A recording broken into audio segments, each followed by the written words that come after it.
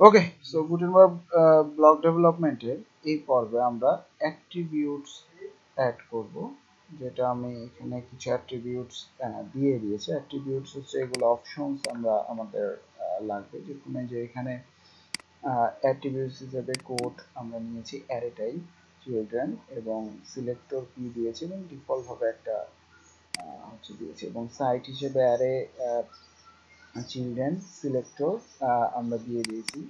সিলেক্টরটা HTML এর tag এটা, আর হচ্ছে এখানে ডিফল্ট একটা নাম। আর অ্যালাইনমেন্ট একটা অপশন আমরা করব। অ্যালাইনমেন্ট করা যাবে যে টেক্সট গুলা সেন্টারে হবে, লেফটে হবে নাকি রাইট হবে। আর বর্ডার কালার, এটার একটা বর্ডার কালার দেওয়া যাবে, ডিফল্ট ভাবে আমরা একটা বর্ডার কালার দিয়ে নিচ্ছি। আর বর্ডার সাইজও দেওয়া যাবে, সেটাও আমরা ডিফল্ট ভাবে 4 করে দিয়েছি এবং এটাকে স্ট্রিং দিয়ে দিয়েছি। আর এটার হচ্ছে বর্ডার পজিশন একটা দিচ্ছি যে ডিফল্ট ভাবে হচ্ছে লেফট থাকবে।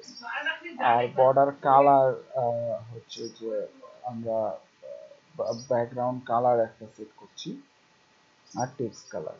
ঠিক আছে, সো এইগুলা অ্যাকচুয়ালি আমরা ডিফল্ট ভাবে এগুলা আমরা দিয়ে দিলাম। ওকে, তো ডিফল্ট ভাবে দেওয়ার পর আমরা এটার উপর ক্লিক করলে এখানে আমাদের কোনো অপশনই কিন্তু এখন শো করবে না, কারণ এখানে আমাদের কোনো কিছুই আমরা নিয়ে আসি না। সো আমাদের এখন যেটা কাজ করতে হবে সেটা জাস্ট অ্যাট্রিবিউট গুলো আমরা ক্রিয়েট করেছি, এবার সেই অনুযায়ী আমাদের এখানে অপশন গুলো ক্রিয়েট করতে হবে। ঠিক আছে,